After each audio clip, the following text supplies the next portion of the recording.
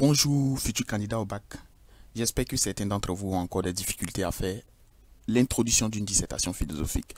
Et aujourd'hui, nous sommes là pour résoudre une bonne fois pour toutes ce problème. Sans plus tarder, nous allons faire un cas pratique. Et le sujet qui est à l'ordre du jour est le suivant.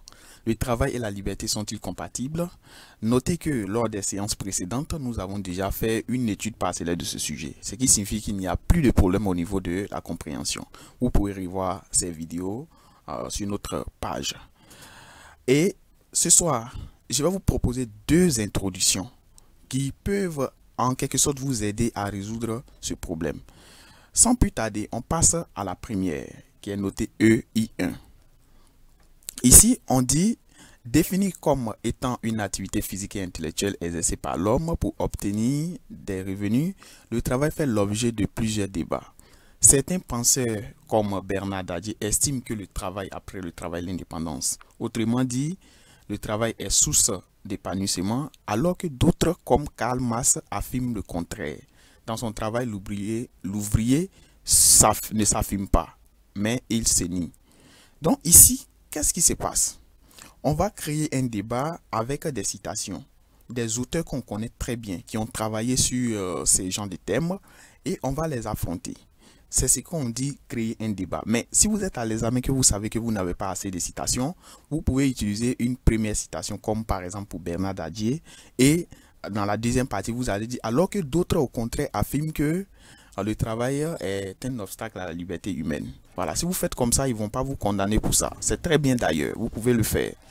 Ou bien, si vous savez que vous avez plusieurs citations, vous pouvez procéder comme ce qui est fait ici.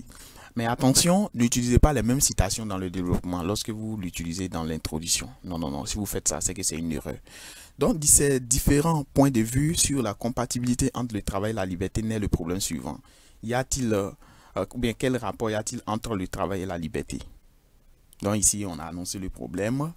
De ce problème surviennent ces deux aspects.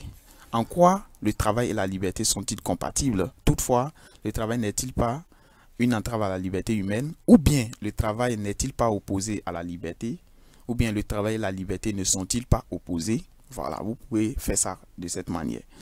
Je tiens à vous rappeler qu'avant de continuer, n'oubliez pas de vous abonner à cette page. Il y a aussi la page officielle de Prépa Bac en ligne qui est déjà disponible sur TikTok, Prépa Bac en ligne en minuscule, et vous pouvez retrouver la page. Et je vous informe encore que nous faisons Prépa Bac en ligne jusqu'au 11 juin et l'inscription est 3 000 francs pour les candidats officiels et 5 000 francs pour les candidats libres. Et vous avez accès à ces séances gratuites qui se passent sur Google Meet et sur WhatsApp également. On prend encore le temps de bien expliquer les choses. Il suffit seulement de nous écrire sur WhatsApp au plus 225 07 57 56 26 91. Voilà, écrivez-nous, ne mettez pas en commentaire, je suis intéressé. Voilà, parce qu'on n'aura pas le temps de répondre à tous vos commentaires.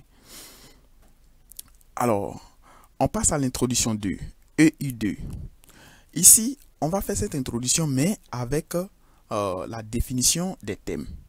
Donc, on va dire quoi? Que le travail se définit comme une activité physique et intellectuelle exercée par l'homme en vue de produire un bien et gagner un gain. Tandis que la liberté est le fait qu'une personne agisse selon sa propre volonté.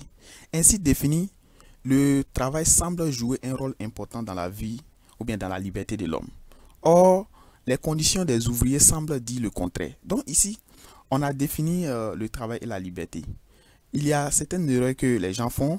Ils finissent de définir ces deux thèmes et puis ils disent, ou bien de ces différents points de vue, naît le problème suivant. Non, non, non. Ici, on a défini deux thèmes. Pas forcément qu'il y ait des divergences d'opinion sur ça. Voilà. Donc, vous pouvez par exemple faire cette phrase-là pour montrer que c'est là maintenant que le problème va se poser. On pense que le travail contribue à la liberté humaine. Or, quand on voit les conditions des ouvriers, c'est-à-dire les manières dont ils travaillent, certains même montent souvent sur les immeubles, ils quittent là-bas, ils tombent, ils meurent. Est-ce que dans ce sens-là, on peut dire que le travail contribue à la liberté? Voici le problème. Donc, on va dire maintenant de ces divergentes idées naît le problème suivant.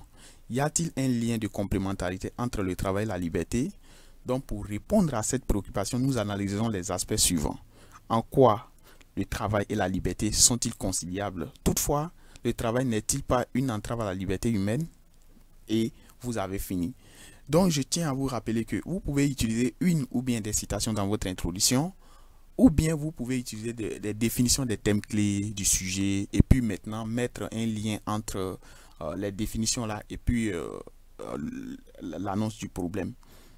D'accord? Et si vous avez encore des difficultés, n'oubliez pas de nous écrire sur WhatsApp pour vous encadrer.